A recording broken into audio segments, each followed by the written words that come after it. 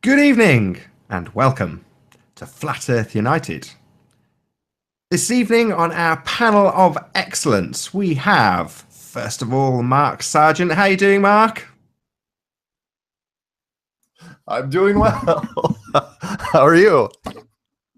I'm pretty well. No complaints so far. Also, we have Infinite Plane Society. How are you doing, IPS? I'm hanging on. Thank you for inviting me. Excellent. And we've also got Critical Thinking Always. How are you doing? How's it going, everybody? Thanks for having me. So just to clarify, what is your name again? It's Jimmy. It's Jimmy. Jimmy Shields. Jimmy, good. Just Okay. we've got some clarity on that. Okay. Thanks for Good to having have me. you, Jimmy. We've also got Flat Earth British. How you doing? Totally epic, Nathan. Cooking on gas and I'm on a roll. So what can I say? And last but not least, we have Stephen Chess. How you doing, Stephen? Doing good, Nathan. How about you? I am fantastic now that we're all up and running and live streaming to our wonderful audience. So if you're new to this channel, be sure to hit the subscribe button. And if you're watching this on the re-upload, make sure to leave a comment below and a like. In case you hadn't gathered already, this show will be about flat Earth in the mainstream. So about 12 months ago, I can remember people, detractors, naysayers, as IPS would say, telling everybody that we should have more mainstream coverage, that the movement is dying, that nobody's hearing about flat Earth, that it'll all be gone soon because we haven't got any mainstream coverage. And what do you know, 12 months along, we've got lots of mainstream coverage. So plenty of column inches, we've got billboards, we've got people making it onto the news. Now I have sent out the invite to some of those people, so ODD Reality being one of them. Hopefully with a little bit of luck, he'll pop by and tell us about his fantastic experiences. But in the meantime, we've got lots of people to talk about their flat Earth experiences, Mark Sargent being one of them. So Mark, you're probably the best person to start with, because not only will you know every single column inch that there is out there, but also you've had your own successes as well. So maybe you can kick us off by telling us a bit about your successes with mainstream. We just talking about over the last year. Yeah, definitely. Holy smokes! Ever since, as you know, the detractors have been telling us. I mean, honestly, since the end of 2015, it's like Flat Earth's dead, case closed, RIP, blah blah blah. We've heard this all along, and then sometime so many weird things that happened this year, but the big thing for me personally was the Denver Post, who called me up, and I thought it was going to be a throwaway article that was either going to be just buried in one of the deeper sections or wasn't going to be run at all. They decided to run it on the front page, and they were talking about the flat Earth community, not only in Colorado, but that was the reason they found me, was because they thought I still lived in Colorado, and I wasn't. But once they ran that, things really started picking up. I mean, literally, we were getting calls from, let's see, NBC, Vice Media. I've got all the emails, HBO, CNN. Several of them have not run the stories yet. Several of them are still finishing it. But at the same time, there were documentary teams out there that have been following us around since. ODD got picked, did a story at NBC. Hopefully he'll get that pretty soon. But it just, started getting crazy. I mean, I did a CNN interview from a parking lot at Walmart for 45 minutes, and they're still sitting on the story. Patricia, who just came on, they picked up the story down in Houston from the Houston Chronicle, and they came out and interviewed her. They're still sitting in the story, probably because of the hurricane. But yeah, it's been ramping up. We can talk about it more and more, but even as of 48 hours ago, we had a new American NFL star come out for Flat Earth, and Kyrie Irving, the golden boy of Flat Earth right now, he decided when he was traded to Boston from Cleveland, that now some of his new teammates, they're on board with Flat Earth. And then as of yesterday, and again, we can talk about this more, and I don't want to take up too much time. As of yesterday, B.O.B., rapper, Grammy-nominated rapper, he decides to come out and do a GoFundMe to try to prove the flat Earth as of yesterday. So no, this thing's not going away anytime soon. We could go on and on about all the different media things, and I'm sure we will, that have come out recently, but there are millions of people in the flat Earth. The community that you're looking at here, the people on the panel and the people that are making YouTube videos are a small fraction of what is really out there. And if you have any doubt of that, go in and look up and sort Flat Earth videos by view count and look at the amount of hits that are coming on. I mean, heck, we've given Vsauce, a big YouTube channel, we've given him millions and millions of hits, even though he does not deserve them because he's against Flat Earth.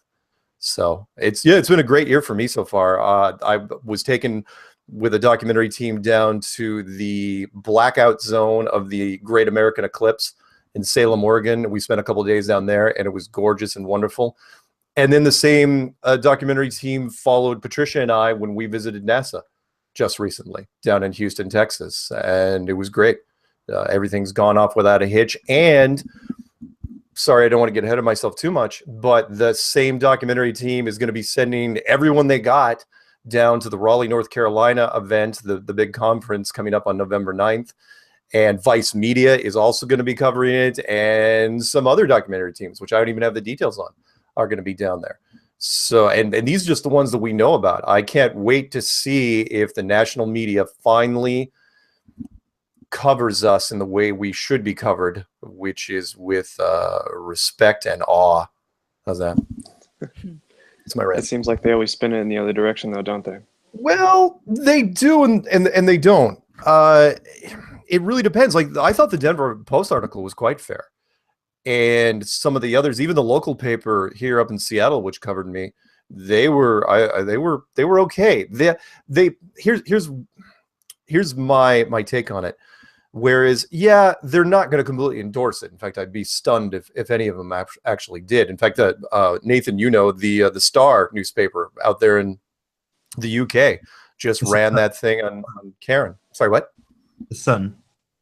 Was it the Sun or the Star? I thought it was the Sun that we were going to talk about the bit on D-Marble.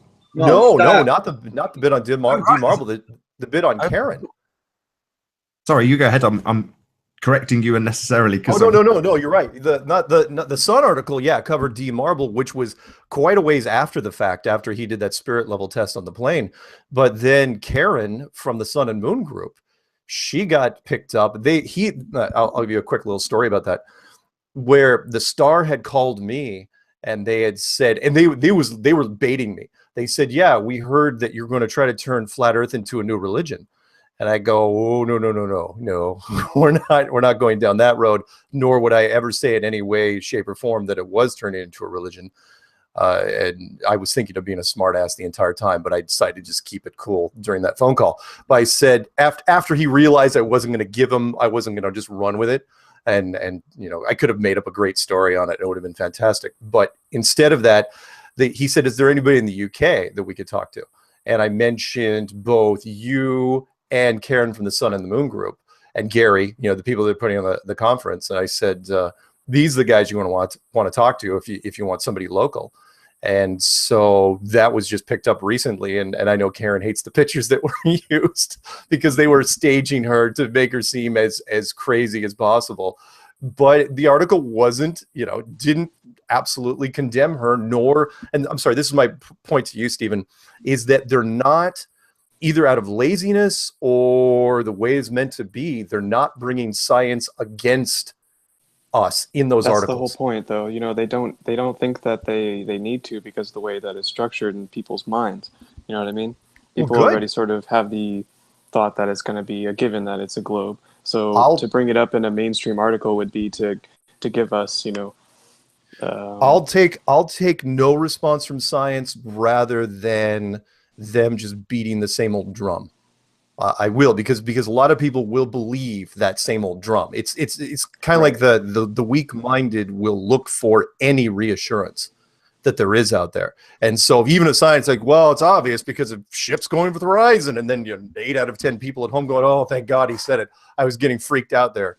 So up until now, though, I think it's been pretty good. And well, we'll talk about the other mainstream stuff later, but that's what's been some groundbreaking revelations that Jimmy can hopefully talk about now, which is, well, I'm not going to steal your thunder. Maybe you can tell the audience what you did first and foremost. Go ahead. Oh, are you talking about NASA? Yeah, I thought that was a pretty big deal what you did, but Oh yeah.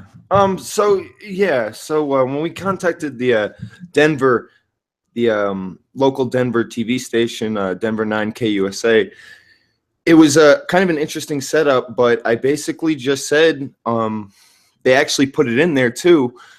NASA, you're lying to us. We know you're lying to us. You know, we know what CGI looks like. You know, we're not dumb. And basically called them out. And I was just, waiting for somebody to do that. I hadn't really heard it like that before. So, it was exciting, and I'm glad I got it through, So a lot of people saw it. But I don't think people realize it. Who did it go out? I'm sorry? Who did it go out to? What do you mean? As in, who got the actual television broadcast? It was just a local Denver KUSA. They did it live on Facebook first, and it was part of a series called Let's Be Clear.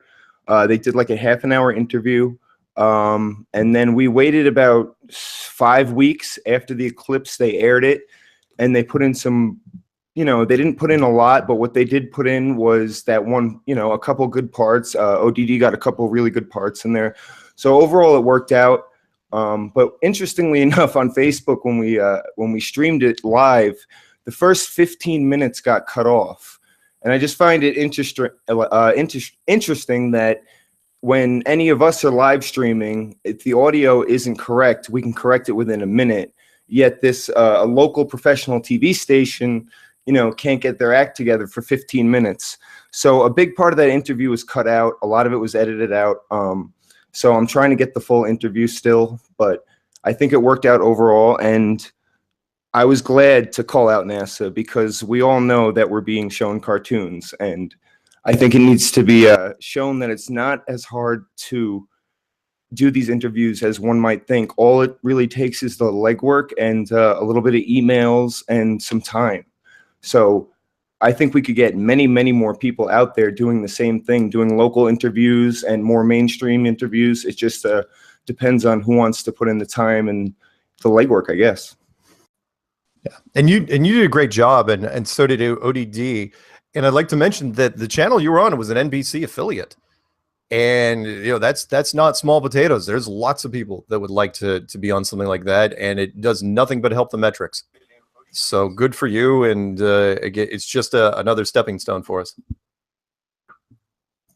Thank you. You're welcome. Oh, hey, wait! Before I want to tell him a quick story because of the meetups we've been doing recently. I don't want to forget this, and that was I did a quick Q&A email show this morning, and when I was reading it, I was reading some of my back emails, and one of the emails I think was back from August 2nd, and it was a lady who was sad because she couldn't go to the last Portland meetup that was there with Dean Marble, and she said that because she goes, "Oh, I'm sad because I live here in Grants Pass."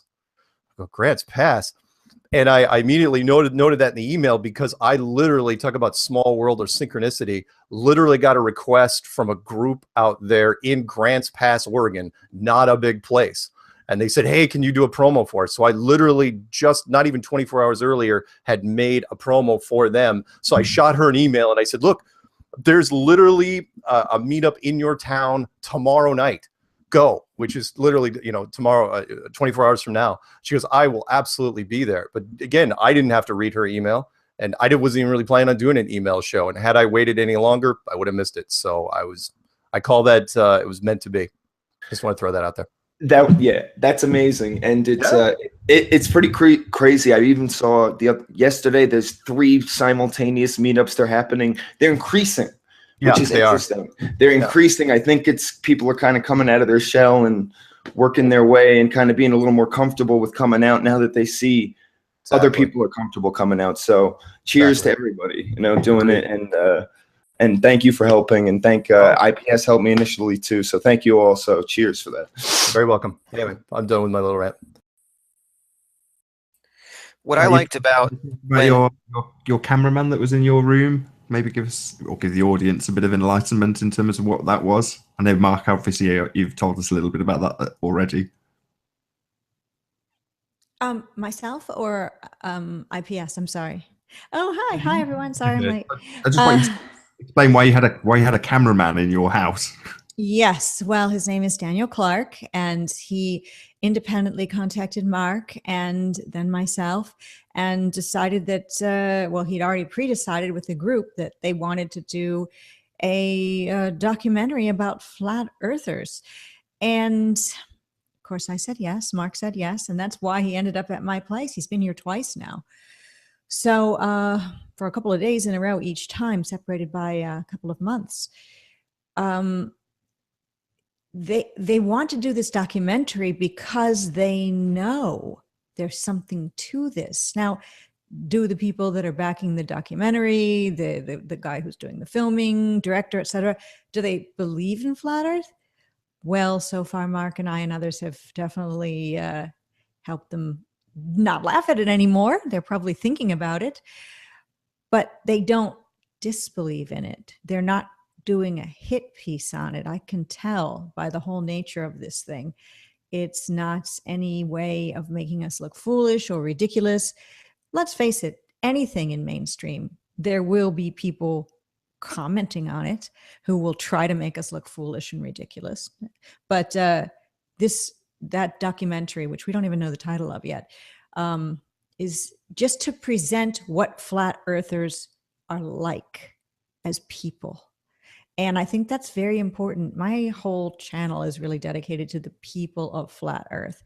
It's not about the science. It's about allowing others who have the science or the biblical perspective or other perspectives to come and tell everyone about who they are and how they came to these conclusions.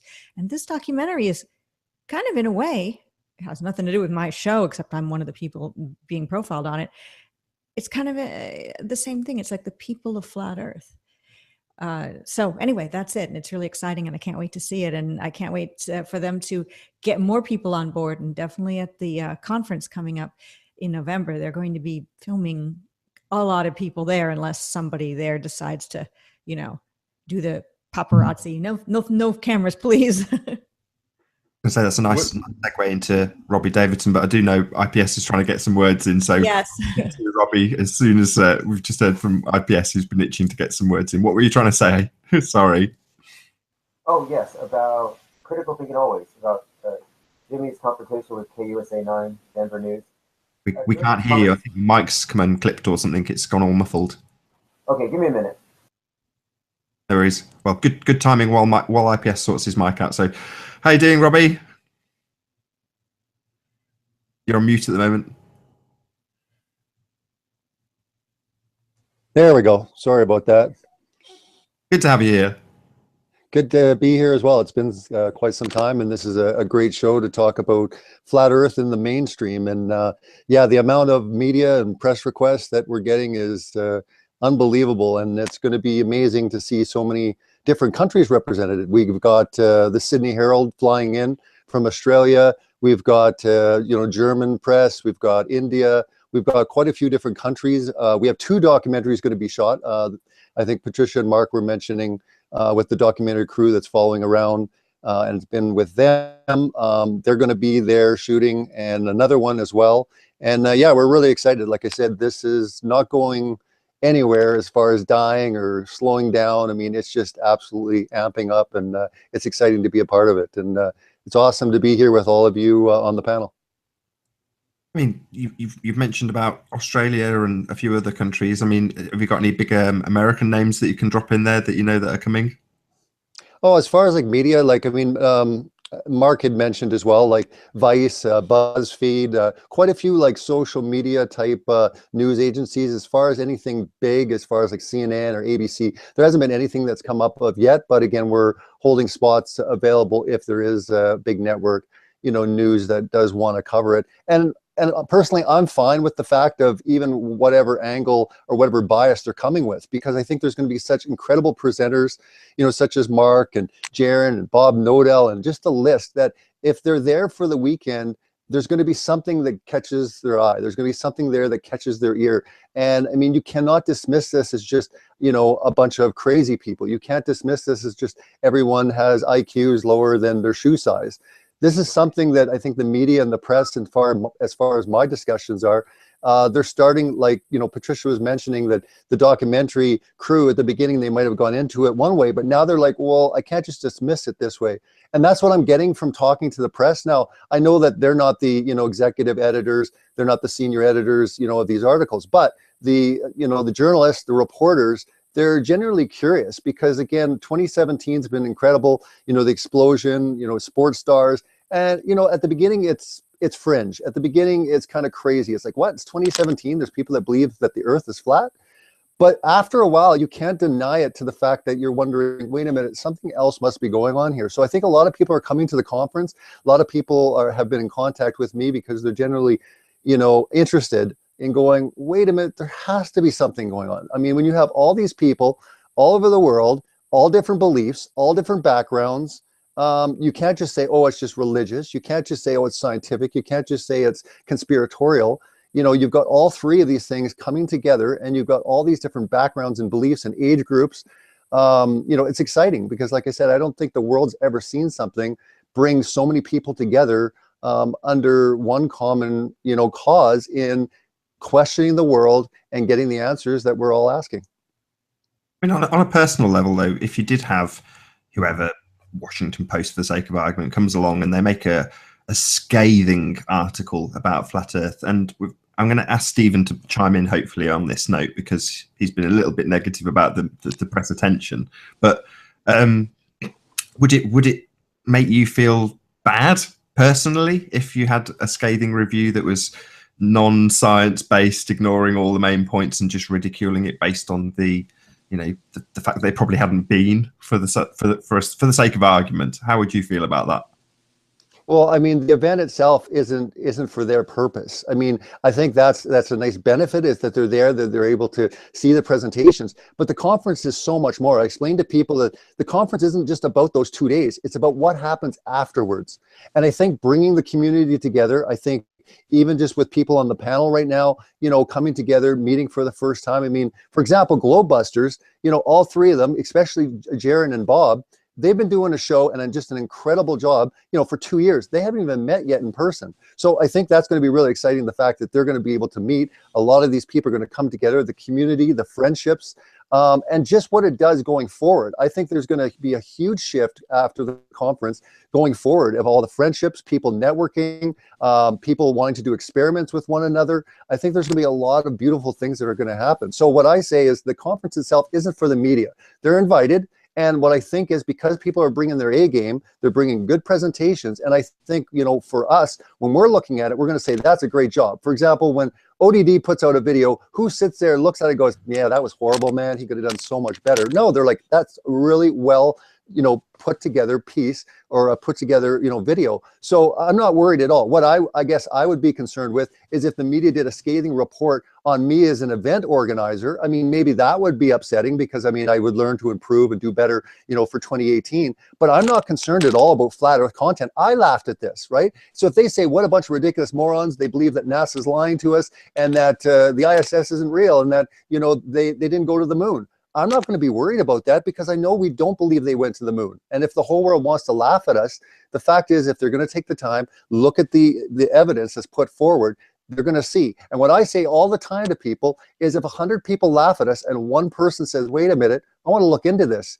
We're talking millions of people. We're talking a lot of people that are going to basically, tune into this. So it's all about numbers. It's all about one person at a time. We're talking to a person, 10 people laugh at us, but one person says, wait a minute, they ask more questions. So when I look at the media attention, even if there's a negative review, someone reads it, there's that one person that says, huh, that's an interesting point they brought up, though, and they go check. Look at the explosion that's happened with a lot of them trying to actually downplay flat Earth or make us look ridiculous. We've seen it only increase. So they can come out. They're going to take a different tactic. My point is, they're going to start looking at it a little different and go, wait a minute, what's going on here? Because when all of a sudden they're sitting there mingling with, like, Mark and Patricia and like Bob and Jaron and the community as a whole, they're going to say, well, wait a minute, they're all different. They all have different beliefs. They have different backgrounds. They're not all in one group. So I think the media really wants to put us all into one group. They want to say they're all religious. Well, we're not all religious, right? So, they want to put us into the fact that, we're all dumb. Well, no, you can't deny that some people are very articulate and very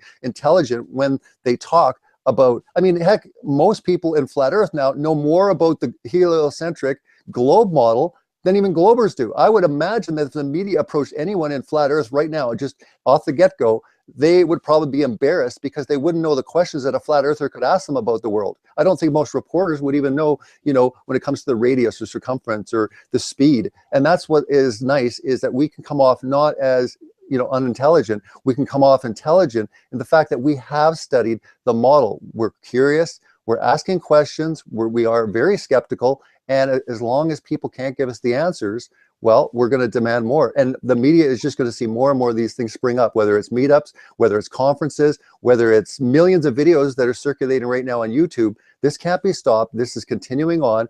It's going to be epic in November. I'm excited. I'm excited to be in the UK with Gary's event in the next year. And like I said, they're going to be popping up all over the place. We're only getting started with this, and it's exciting to be a part of the ride. Yeah, definitely. Like you said, the media likes to try and group us into individual groups, like with like what Eric Dubay does with the whole Nazi thing, and any group that you can think of. But the point that I would make now is that the mainstream media is kind of unnecessary to what we're doing. If you look at one channel like ODD, he's approaching 100,000 subscribers after his channel was taken down at one point. So it's kind of, the mainstream media is kind of an ancient thing. I don't think any of us here have televisions or anything like that. You know what I mean? So for people like us, we're already kind of on our way there, or looking into alternative things, not watching the mainstream media. So, but I guess it kind of, to me, it just like, does it hurt us or does it help us? People being exposed to the mainstream media's narrative of flat Earth. People who weren't aware of flat Earth before. Agreed. Can I chime in for 1 sec here?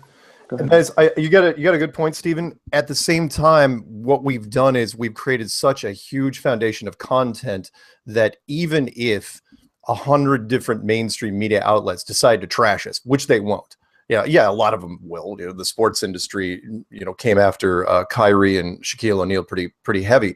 But at the same time, I wouldn't trade in just the general exposure for anything, because when Shaquille O'Neal said, "Oh yeah, I'm totally on board with flat Earth," and everybody said Shaquille O'Neal's on board with flat Earth, that meant that they were at least going to go in and type in flat Earth, and then they see the content. So right, but then when I talk to people like my cashier about flat Earth, he's like, "Oh yeah, like Shaq." Yeah. At the same time, there's some people that aren't going to get around the denial. We know that. The others, though, like Robbie was saying, even if one person, and it's more than just one person, there's a lot of people out there that know about this thing. The numbers, in fact, we just broke 19.1 this morning. That number has never fluctuated. It's always going up and up and up. And I don't know what the magic. That's 19.1 million videos about. I wouldn't call it 19.1 videos. It's 19.1 relevant hits on YouTube, but it's still a huge number. Again, if you type in the comparison I always love to use, when you sort by upload date, when you type in Lady Gaga real quick, because she's not small potatoes, she comes in at 16.8. And so, and we're just a notch or two below Donald Trump, and that's saying something, because we've done this with almost little to no marketing. Yeah, a few billboards here and there, and the conference really helps. But you're talking about any other topic that takes millions and millions of dollars in marketing money, and internet marketing companies that are dedicated to the cause, and we're trouncing them. We're as just a side effect of the content we're putting out. We're not even trying to do it. Which Mark, I love. Mark, real quick, can you do that search with flat Earth in quotations? Like when you do your Google search, can you put them in quotations? Because that will actually search anything with flat and anything with Earth. So I'm just curious what comes up if you actually put it in quotations. Hang on. Because if you do a search with flat Earth in quotations, it will find any reference. Any video, yeah. So together, yeah. Right, a million videos with flat Earth in it right now. That's a lot. That's a lot. Yeah, that would be like flat Earth together, not just Earth. Because again, when you do, yeah, a million, and that's fairly recent. The fact that there's physically a million videos out there with flat Earth in the title, you could never get through them in your lifetime. and which is fantastic. It means that there's so much content out there that it's way different than when I was first getting into it a couple of years ago, where all of a sudden that's what I love about it. Now it's so overwhelming that when people finally hear it, yeah, so Kyrie's into flat Earth, they type it in and they're going, it's almost like you're looking at a whole new world. You're going, how have I never heard about this? And then it just, then they lose sleep for 2 weeks. For me, it was about 22,000. Like when I started it, in 2015, it was about 22,000 when you put flat Earth in quotations to find anything with flat Earth together. So yeah, it's exponentially grown for sure. Nice. It's fantastic. Anyway, so that's my little comment. We're already using mainstream media. Think about it. We're using YouTube to get this out, and we're using Facebook to get this out. We're also using Twitter. I put stuff on my Instagram sometimes. So Facebook is a huge area of flat Earth truth. And it all depends on who your friends are and who your friends' are. People may be on Facebook and never hear about flat Earth. But just today, I went into the little vegan area of Facebook and made a comment on a post, and the place lit up because it all changed from the conversation that was going on about animals. I care about that a lot, but it was so weird because the vegan people, who I would think would be very open-minded, turned on me and were coming up with the same kind of questions that we all get, like why would they lie, and et cetera, et cetera, et cetera. And when I became vegan, I remember that was before flat Earth. The people who were non-vegan, who I was trying to get that message out to, had exactly maybe the same 10 things that they would come up with. And the vegans, we would laugh at it like, oh my God, it's another one of those how do you get your protein? Or, the same thing as, why would NASA lie? And I was trying to get across to the vegans that, you know how it is when you talk to a meat eater and they reject everything you're trying to say. They reject the science that you give them. They reject the blogs that you send them and the other documentation in the videos. And they're, yeah. Well, you're doing that right now.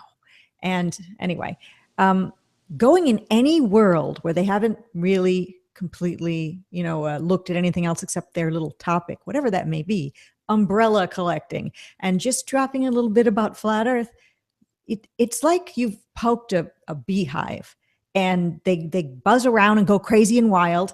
And if you can stay the course and be calm, you might get one person or two to look into it. And that's the same effectiveness as a billboard or anything else. So just pushing ahead in all these mainstream areas and all these little niche areas, it's how this happens. How did we all find out about this? I'm betting all of us found out about this from mainstream media. Well, I would consider YouTube to be mainstream. That's how I found out about it. So I don't think mainstream's bad, and I don't think they can hurt us because they're just going to say those same old things that we know they're going to say, and we have the answers for all of those things. Well, I'm sure a lot of people find out through mainstream media, but I found out from a woman who linked me to Mark's video. So.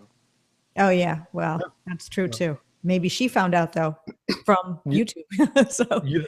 I was coming up with a new analogy recently, excuse me, and about what it does, because I was trying to warn people. It's like, look, when you talk about this with somebody, you've got to remember the reactions that you're going to get. You're not going to convince them in an hour or 2 hours or even in a day. And I was trying to compare it to something, and I think that the latest analogy I came up with was probably my most accurate, which was, it's like coming up to somebody and saying, oh yeah, by the way, I'm pretty sure you're adopted.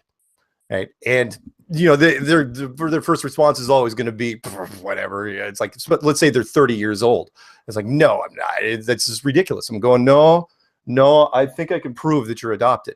And the more you push it, the more they push back until finally, they have to deal with it one way or the other. It's like, look, I think I may have, here's some papers here that point to you being adopted, because what it does is it goes all the way back to your childhood. You have to reevaluate everything you've thought of, every conversation you had with your family since you were young. Same sort of thing goes to the globe. I mean, it's really the same. And that is the parallels, your life with your family, starting from age 0, and your life on a globe, starting from age 0. You got to remember the pushback that's going to be there. Sorry, I know it's a little off topic from the mainstream thing you were going with, Nathan. I just wanted to throw that in. No, not at all. Love it. I mean, I was going to check if IPS has got his mic working. So hopefully we can talk maybe the stats of the billboards. Yeah, I think it's working now. Can you hear me okay? Perfect.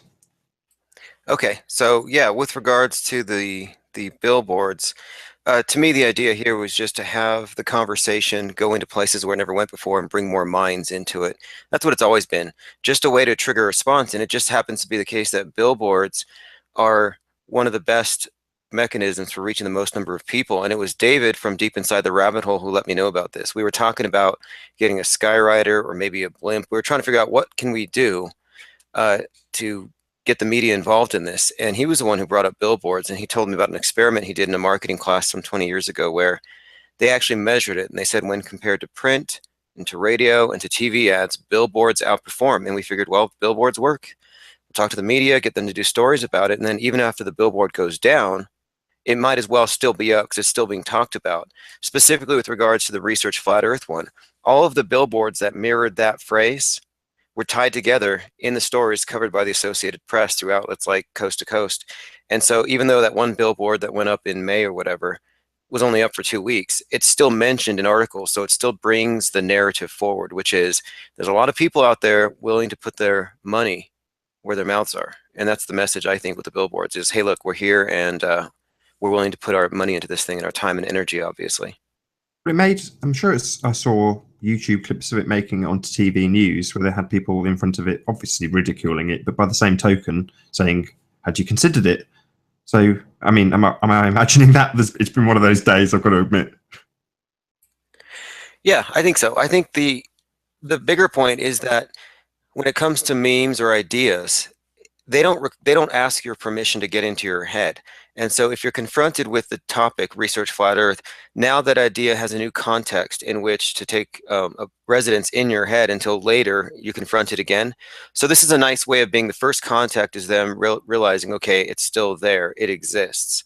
And so it's not so much about converting anybody to first contact. It's more about raising their level of awareness and starting a dialogue, which will be ongoing. And for us, it's been a couple of years. It's still ongoing, but it's just a way of saying, pay attention to this meme. And like I said, memes don't ask your permission. If you're exposed to it, it's pretty much there. There's nothing you can do about it.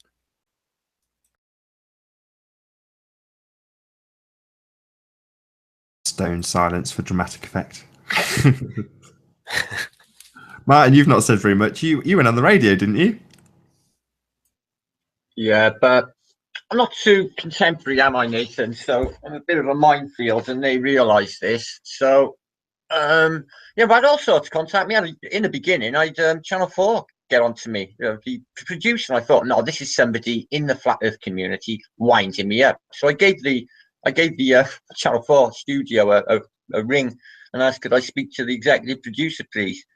Is her name so-and-so? Yes, it says. All right, it's not a wind-up. Oh, crap. So apparently they were going to come back, but they disappeared. But I'm not surprised with me. I'm not exactly aesthetically pleasing. I realise what I am to the outside perspective. But like Robbie said earlier, okay, even when we planted the seeds, right, especially with my seed, I get people to sit and think, well, this guy, he's looking a bit kooky, but actually something he said really struck a chord with me. And with the ripple effect, look, you know, Mark wakes me up, and then I wake somebody else up, which I have, and they wake somebody else up, which has happened. So this is ripple effect, and the way consciousness works, in my opinion, this is a definite. It's going to get out there. To me, the mainstream is the lesser two evils. It really is. You know, we only need to use that tool. They use it against us. So we use it the best we can to our ability. People can discern, they can read between the lines. I'm sure, you know, rational people can. Hang on.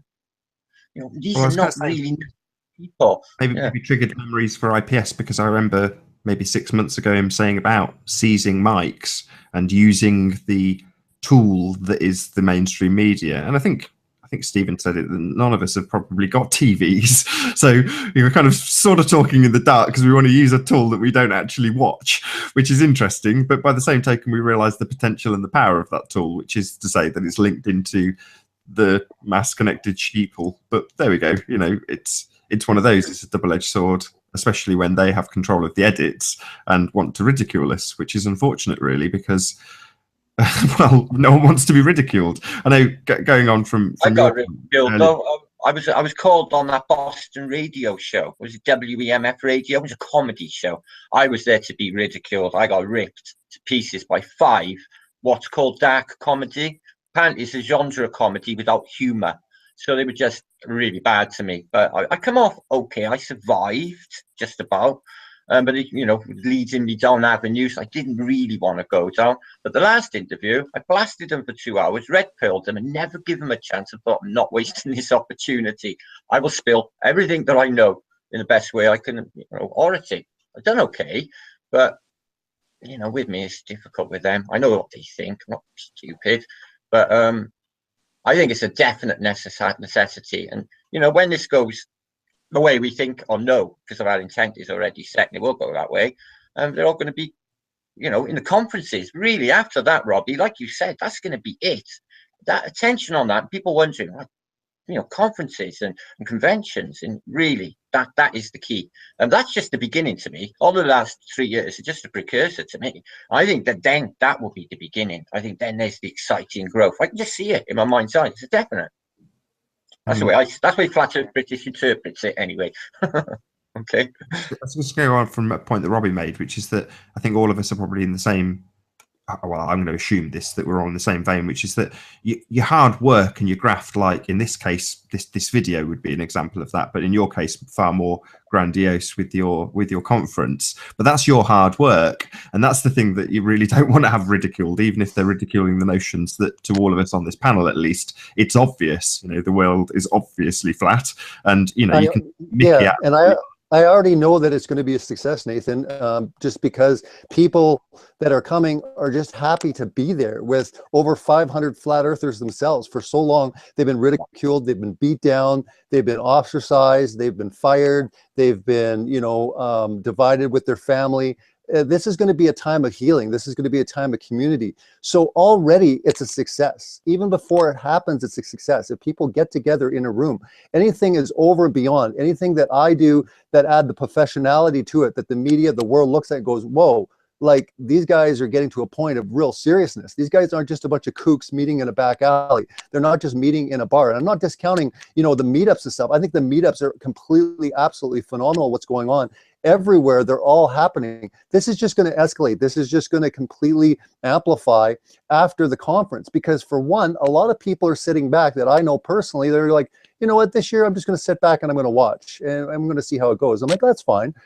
So I think even by next year, you're going to see absolutely an explosion, not just in numbers, but just in participation, in certain individuals that we might be surprised that might come around and say, you know what, I want to be part of this, because it's not about name calling. It's not about being a shill or not a shill and all that. And again, so long this has been going on because a lot of people have never met. It's been on the computer.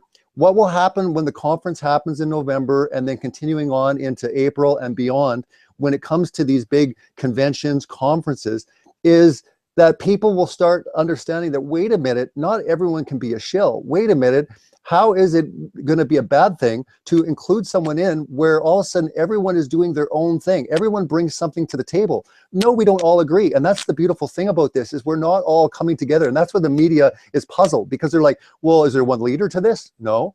Do you have like a set of beliefs? No. So that really puzzles a lot of people, because they like to lump you in. They like to find like a leader. They like to find, you know, a commonality. And what the cool thing about this is that everyone is starting to wake up, and they have all of these differences. But the fighting, the infighting, all this stuff is going to actually calm down significantly. So yes, it will always exist. Yes, there'll be keyboard warriors out there. But what we're going to find is a transformation where a lot of people are going to be like, you know what, you can say whatever you want about those guys being shills. I'm going out, you know, for FE, you know, 18, you know, you guys don't want to come. And one by one, people be like, okay, fine, I'll go. And, you know, there's a lot of community, there's a lot of unity that needs to take place in healing, even inside the Flat Earth community. And I think that's what's going to be important going forward, that once a lot of this healing has taken place, people have said, I'm sorry, you know, I didn't know what I was talking about. Look at ODD, for example. I mean, at one point, you know, he was listening to certain individuals, he was going against certain individuals, but now he's like, man, everyone's cool with me. You know, I'm fine being there. And there's a lot of people right now that are still kind of on those lines, but one by one, they're going to go, you know what? No, you know, I was buying the lie. I was thinking this person's a CIA or a shill. And a lot of this stuff has to happen because the media is looking at that. And if you want to talk about looking crazier, that is where we're going to look the craziest, is when all of a sudden they start going into the infighting. Not so much the theory, because the theory has been around for thousands of years, 500 years this war has been going on. But where they're going to zero in is they're going to be like, oh my goodness, they think that this person's CIA, and they're going to go, these guys are like paranoid, these guys are like cuckoo. So what I think is that's what's important for us as, being representations of this, is we have to have a voice where we kind of show that unity and show that, hey, you can have different beliefs, but we can get along. We can look at the big picture and say there's a war going on, because I think personally the media is going to zero in on that. And I think that's what they're going to use, is they're going to use the paranoia. They're going to use the, the people, when it comes to personalities, not so much the theory, the intelligence. I think they're going to transfer it into that type of realm. So the timing is perfect with 2017, with 2015, which is amazing how this thing all blew up. But when it comes to 2017, when it comes to the conclusion of 2017 with the conference, all these people in one room, not to mention the people that are on the panel and others, but also the community at large, they're going to meet friends that are going to be friends for the rest of their life, the networking that's going to happen. So what I say is the conference isn't about the 2 days. It's about what happens afterwards. And again, providing that vehicle, having that conduit that's going to actually create the healing, the community, the reconciliation. Going forward, it's going to be absolutely phenomenal, because one by one, when we have more people just saying, yeah, man, I don't agree with this guy, I don't agree with her, I don't agree. But you know what? We're all doing our part in this, and we all can come together and have such a strong voice if we do this. Yeah, I like some of the words you give me there, because it leads me into something that Mark said again a while about sort of warring factions on the front lines, tussling amongst each other before they go into battle. But I think, again, another thing that you said resonates with me personally is about being in the same room with each other. So Martin will attest to this. So when you're in a Flat Earth meetup, that accusation throwing toxic type person, isn't there. They're here, they're on YouTube, they're in the chat right now. I'm leaving it for all to see very intentionally. And there's people bitching and moaning and mudslinging, and that's the toxic nature of YouTube. But once you go away from that, once you actually sort of fan out, yes, there's going to be the mainstream media clicking and putting their article and adding their 2 pennyworth, that's the one, of bullshit to whatever they see. But there's going to be people who are actually mingling with real people. And for every single person that's called me a shill, I've met people in real life, and it's a totally different ball game when you're actually up front and up close and personal. But coming back to that, so Mark, what can you expand on what you meant by the sort of warring factions? Well, yeah, even though it's not my side of the ocean, the Scottish Highlands, that is, there's a bunch of different people flying different flags, and because we haven't had an organized defense from science, look, the troops get bored and antsy, and they want to tussle, and so they'll be sparring, no question. But to Robbie's point, look, when you get those people in a room, in fact, the one, because I've done 6 meetups so far. When I did the big one in Seattle with D Marble for the first time, when Patricia was there was only 50 something people in the room, which isn't bad by any stretch, but the energy got so pumped up and it was getting so loud, it was tough to think in there. And remember, this is a flat earth group. This should be a fairly low-key group, right? And it was just buzzing with energy. You multiply that by this conference, and I'm excited to see the potential of what can happen. Because and I don't think you're going to catch any hell for the production no matter what you do, because any media is going to be there about the just the topic itself, but the people that are there, that's the most important. Most of the people that I know that are going are just excited. Same thing that happened with these smaller meetups. They're just excited to be in a room with other people on the same page, where they're not their family criticizing, and they're not their coworkers, and they're not their friends saying you're a nut job. They're just, nobody judges in that room. And in fact, you can tell, I mean, there's people, that nobody completely agrees on all the different points, but they're so excited it's this big release. You can be yourself, and you don't have to explain yourself. You don't have to preface or frame anything. You just walk into the room, you're immediately accepted. That's a powerful thing and cannot be sold short. So for me, that's why I'm going to be trying to meet as many people as possible there. I'm going a couple days early, staying late, and just meeting these people, the people that have been corresponding with me and calling and doing all these great things. I'm just pumped to be there. At that Seattle meetup where you were just mentioning that Dave, All People, Free People, who's in the chat right now, he's the one who organized it. I know, Mark, you and we came together because I came there to visit for this event. There were, like you said, 50 people there. And you and I didn't really talk all night, maybe once for like a couple seconds. We were just busy mixing and mingling among everyone. And at the end, when we went to the parking lot, we realized we hadn't even talked to everybody. No. The buzz was so, like Martin calls it a buzz. The buzz was so, big, so high that there was such great connection and conversations going on.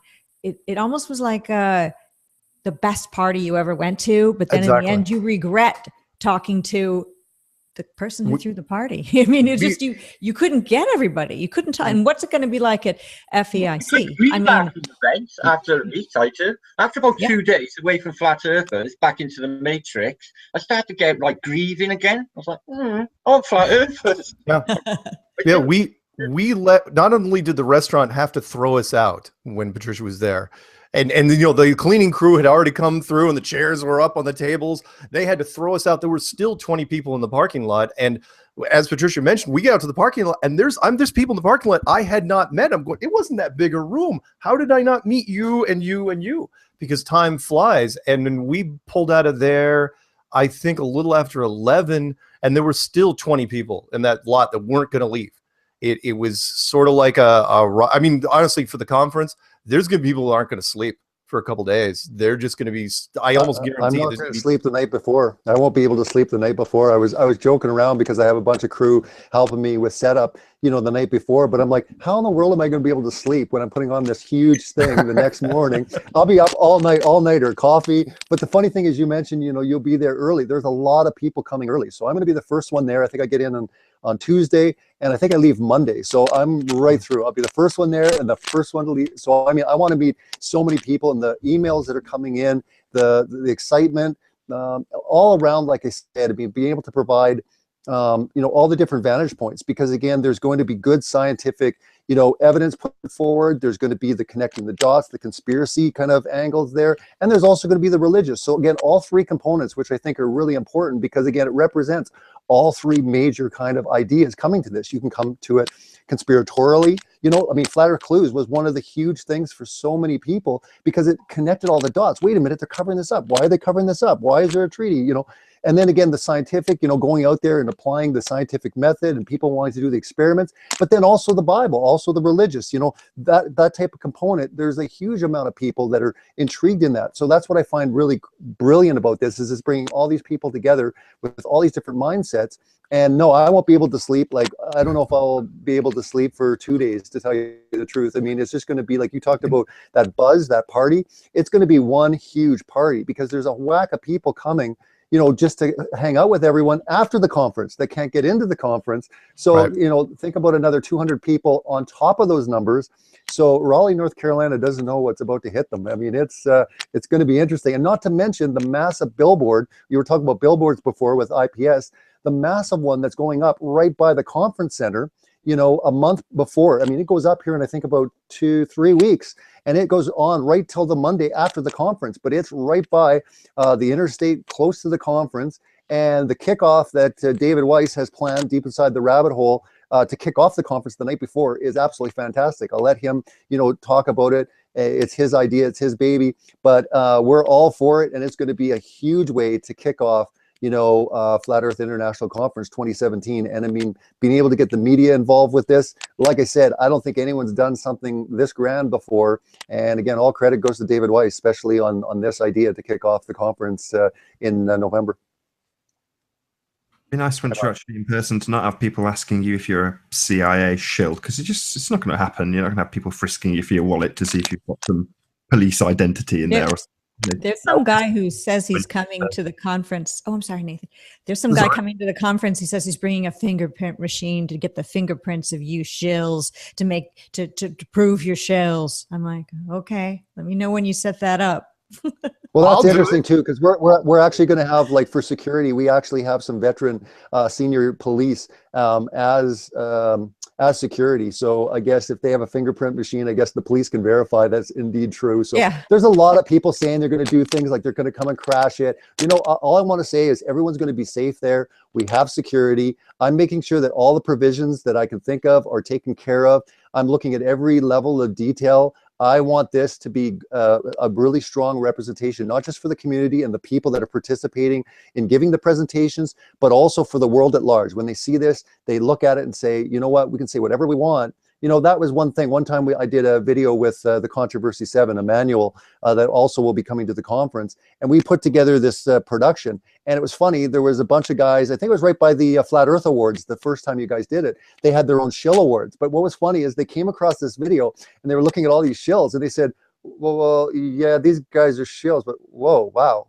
They're doing some really professional stuff here. Whoa, this is impressive. And I just thought it was funny that they were blown away at how well the production was. So what I want to do is, regardless if it wants to be ridiculed, you know, at least it can be looked at in the sense of going, yeah, but these guys are getting to a point now where they're getting professional. They're getting to a point where they're getting organized in the sense that, you know, we have to take them somewhat serious because now they're moving into a next level. And that's why I say it's so exciting about the conference is it's not what happens at the conference. I'm excited and I'm totally confident that everyone is going to have a brilliant time. They're going to have probably the highlight of their year. I mean, the amount of stuff that's going to be there. I mean, all the sessions, all the people, not to mention there's going to be a movie premiere and then also the Flat Earth Awards with Mark and Patricia. It's going to be exciting. We're putting in entertainment, we're putting in teaching, all these things. So people are going to have a great time. But again, when the world looks in and watches, they can say, wow, this is done. I mean, even the live stream that we're doing is done by a 4-man production crew. You know, I wanted to make sure that everything was done professional. Not to mention, I didn't want to just fly by the seat of my pants and go, oh, I'll just put up a camera on a tripod and hopefully it will work. You know, I knew that the level of production had to be at a caliber that, you know, people, you know, were wanting to see something that was professional. So again, there's a lot of people's reputations there. So it's not just my own, it's not just the community, it's also the people representing, you know, like Mark and Patricia and like Bob and Jaron and ODD and all of these people. So I wanted to make sure that there's something they're proud of every year that they can come back to and say, you know what, this is exciting. We're excited to be part of it. We're excited to grow with it. And again, we're open to, you know, adding more people, more tracks, you know, in the future as we grow. You know, again, I made sure at the beginning to say that, look, I'm not going to be biased as far as beliefs, as far as religions, as far as any of this type of stuff. I don't care where you come. As long as you're a team player. And what I mean by a team player is you're not out there every other month trying to sabotage or destroy someone else's credibility. At least get them on the phone, at least meet them in person before you start, you know, saying things about them. You know, that's one thing. But most times people are saying the worst, cruelest things about people and they've never even met. They never even picked up the phone and talked.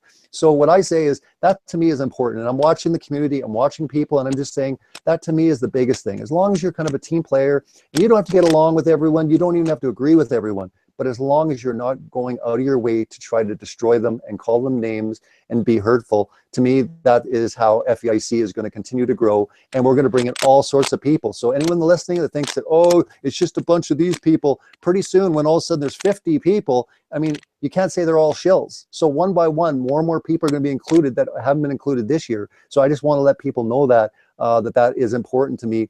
And again, there is no biases, but as long as you're a team player. Makes sense, doesn't it? I mean, you can't have people out there that if you're going to present with one another, what other conference would you see or convention where the presenters, you know, after the conference is over, they're fighting one another, you know, publicly. That just doesn't happen in real life. So let's be professional about it. Let's be cordial with one another. And the conference itself, like I said, is going to do that for a lot of people. The first time they're going to meet, I'm saying it right now, there's already going to be people that are going to be apologizing to people in person. Mark my words. Yeah. Yeah, I'm going to ask IPS if he can talk a little bit, because he caught a bit of flack and got mainstream coverage. You know, he got asked his name and he gave Math Powerland's name. So I'm hoping he can tell us a bit about that and the controversy it caused, but ultimately about the good that it, you know, the good bits rather than the negative bits. Sure. The idea here was just to send traffic somewhere where it should go. And you know, he and I had spoken twice before in the days leading up to that, because he was on his way to Albuquerque. And anyway, the conversation was, hey, I'm the leader of this. This is my thing. People need to get behind me, but I have to vet everybody. So the point of having FEA come visit was to vet me. So anyway, that was kind of the basis of our conversation. And I was like, well, you know, he obviously wants the credit for everything. Maybe he wants the media attention. That was my understanding of it. So I was like, here, I'll just throw it his way and let him deal with it. Because you get that kind of a headline if you're media savvy. And I thought that as a self-proclaimed political scientist, he would have at least some modicum of media savvy. I thought he could have used that and hit some kind of a home run with it and ran with it. But apparently that's not his timeline or timetable. And things got confusing with Super Chat. You know, I was showing, well, anyway, that's all sideshow, but you know how it went. But the main thing is the billboard made CBS News and then was mirrored on a number of other local sites, local newspapers. We established media contacts that have covered every element of this story developing since Billboard 1. And then Coast to Coast has picked up all those stories. So to me, this is just a big conversation starter. You know, each billboard has it's been like dominoes. We had one followed by another. I can't even keep track of them all now. So to me, it was just to set a precedent that it is that easy. There is enough interest. You can crowdfund it, minimal investment from a pool of people, and there's enough engagement in Flat Earth to where if we start doing things like this, other people will mirror it. And I think it's like dominoes. It's just going to continue. Right.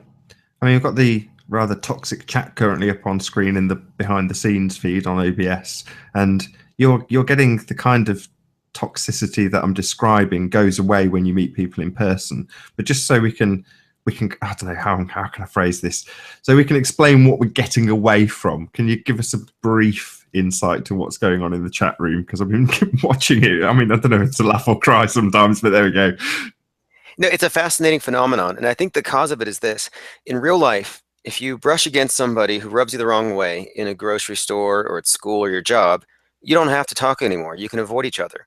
But here on the internet, you have these same types of interactions, and they're there every day. And you have brand recognition. And so we do kind of accumulate a great deal. We have a lot of good, but then we also get a lot of sediment at the bottom, the worm eaters, the trolls, the goblins, the haters. And to me, it becomes a bit of a distraction, because there's only so much space on the screen, only so many minutes in a hangout, that even losing a couple of minutes, to me, it's a tremendous waste of resources. And so I'm thinking the real world isn't like this. The real world has more empathy. People are more likely to listen and engage versus over the internet where it's immediate ad hominem. Well, it's easier to use ad hominem against people if you can't see them, if they're behind a screen, if they're 1,000 miles away.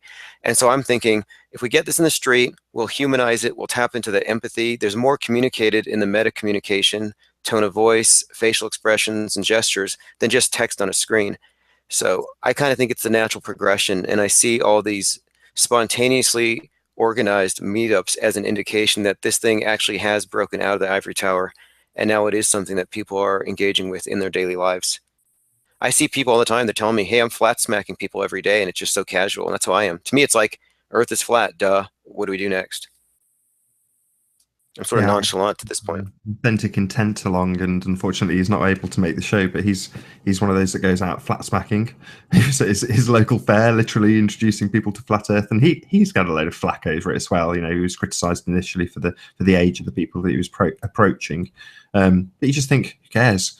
You know, people are people. If they're looking like adults, they're able to have adult conversations, as far as I'm concerned. But you know, it doesn't really matter who receives this information, because the reality of our situation never changes and has always been the same. You know, the Earth is flat regardless. But if you're 5 or 50 or 500 years old, it makes no odds. You know, the Earth is as it is.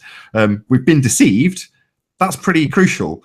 And hearing all the information that we hear daily through all of these sources, it's nice to have an alternative take on it. I mean, I don't know if you guys saw, Jaren released a bit of a video explaining about a letter that was sent out to new people into Ivy League colleges and telling them to think for themselves. You think either there's some psychopath with Jupiter's delight that's laughing in the faces of all these students, knowing full well how the education system will indoctrinate them, and telling them, you think for yourselves, you know, just to laugh at them, or somebody somewhere genuinely is seeing the tides of change. So, I mean, I'm slightly trying to change the subject and bring it along to something different, which is, do you think that this mainstream exposure and the way we're moving forward will actually change the mass minds of the sheeple out there? That's open to anybody who wants to answer it, by the way.